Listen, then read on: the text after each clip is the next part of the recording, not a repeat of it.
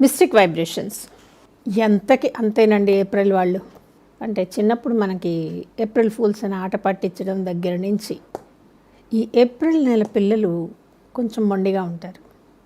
అంటే అబ్బా మా వాడు అసలు నా మాట వింటలేదండి, చిన్నవాడే కానీ 3 చెరువుల నీళ్లు తాగిచ్చేస్తున్నాడు, 30 తిప్పలు పెడుతున్నాడు, ఒక చోట ఉండట్లేదండి అని పేరెంట్స్ తరచుగా కంప్లైంట్స్ చేస్తుంటే వాళ్ళు ఖచ్చితంగా ఏప్రిల్ పిల్లలే. ఏప్రిల్లో పుట్టినటువంటి వ్యక్తి ప్రథమ ఆవేశం ఎక్కువ ఉంటుందండి. మనం ఇంకా మాట అనము, వాళ్ళు రియాక్ట్ అయిపోతారు. లేదా మీరు ఏ మాట అన్నా సరే దానికి వంకలు పెట్టి తిరిగి మనల్ని గట్టిగా అనడానికి ఆస్కారం ఉంటుంది ఏప్రిల్ వాళ్ళు. అది వాళ్ళ మనస్తత్వం అండి, ఇంకేం చేయను, వాళ్ళ మనస్తత్వం అది. ఈ ఏప్రిల్లో పుట్టిన వాళ్ళకి అన్నీ తమ చేతుల్లో కండిషన్లో ఉన్నాయనుకుంటారు, కానీ ఏదో ఒక సిచ్యుయేషన్ పెద్ద దెబ్బ కొడుతుందండి. అది వివాహ జీవితం కావచ్చు, వృత్తిపరంగా కావచ్చు. ఎవరినైనా నమ్మి, అంటే అసలు నమ్మరండి, నమ్మి మోసపోవటం అంటారు కదా, ఆ నమ్మే ఒక వ్యక్తి కూడా వీళ్ళని మోసం చేస్తారనమాట. ప్రపంచానికి చాలా ఒక గట్టి కొరకరాని కొయ్యలా కనపడే వ్యక్తి ఉన్నాడు అంటే ఏప్రిల్లోనే. అయితే ఏప్రిల్ వాళ్ళు చాలా మటుకు మెషినరీతో పని ఏది ఉంటే అక్కడ కనపడతారండి. అది కంప్యూటర్ కావచ్చు, చెక్క కోసే యంత్రం కావచ్చు, మిషనరీస్ కావచ్చు, చిన్న బోల్ట్స్ తయారు చేసేవి కావచ్చు, what ever it may be అండి. మెషినరీతో కూడిన పని ఏది ఎక్కడ ఉన్నా కూడా వీళ్ళు కనపడతారు మనకి. ఏప్రిల్ వాళ్ళతోటి ఒక చిన్న చిక్కు ఉందండి. ఎట్టి పరిస్థితుల్లోనూ రెస్పాన్సిబిలిటీ చూపించరు, తీసుకుంటారు కానీ అది చివరిదాకా మనకు అర్థం కాదు. రెస్పాన్సిబిలిటీ అయితే చూపించరు. తరచుగా చిన్న పెద్ద అంతరం లేకుండా అందరినీ ఎదిరిస్తారు. చాలా మైల్డ్గా ఉండే ఏప్రిల్ వాళ్ళు ఉన్నారా అంటే ఒక 10% ఉండొచ్చండి. అయ్యో మా అబ్బాయి అలా లేడండి అని అంటే అదే తల్లి నాతో ఒక 2-3 ఏళ్ల తర్వాత ఇంటర్కి వచ్చాక వీడు మారిపోయాడండి అని చెప్తారు. అంటే ఒరిజినల్గా ఏప్రిల్లో ఉండాల్సిన లక్షణాలు కనపడతాయండి.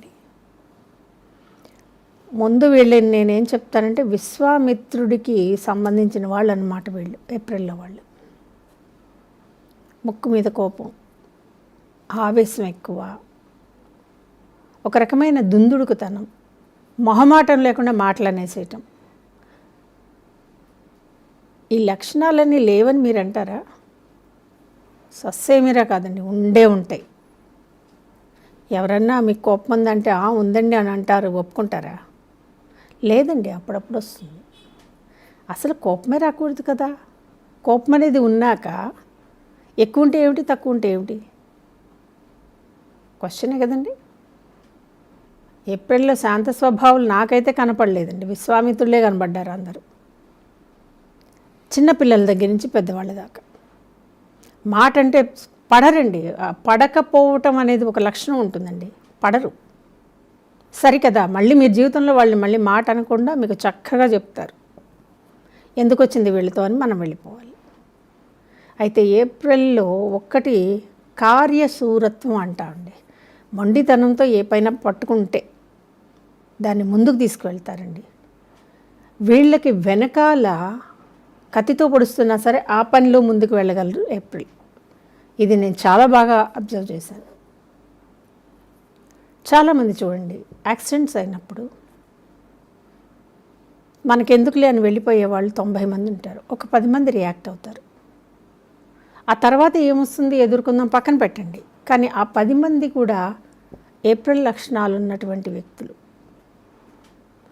లాగటం దగ్గర నుంచి ఇరుక్కుపోయిన వాళ్ళని ఎత్తి పడుకోబెట్టడం దగ్గర నుంచి. మరి ఈ ద్వంద్వ లక్షణం ఏప్రిల్లో ఏమిటో నాకు అర్థం కాలేదు. పేరుకి విశ్వామిత్రులే, కానీ అవసరమైతే మాత్రం వశిష్ఠుల్లాగా సేవ చేయగలరు.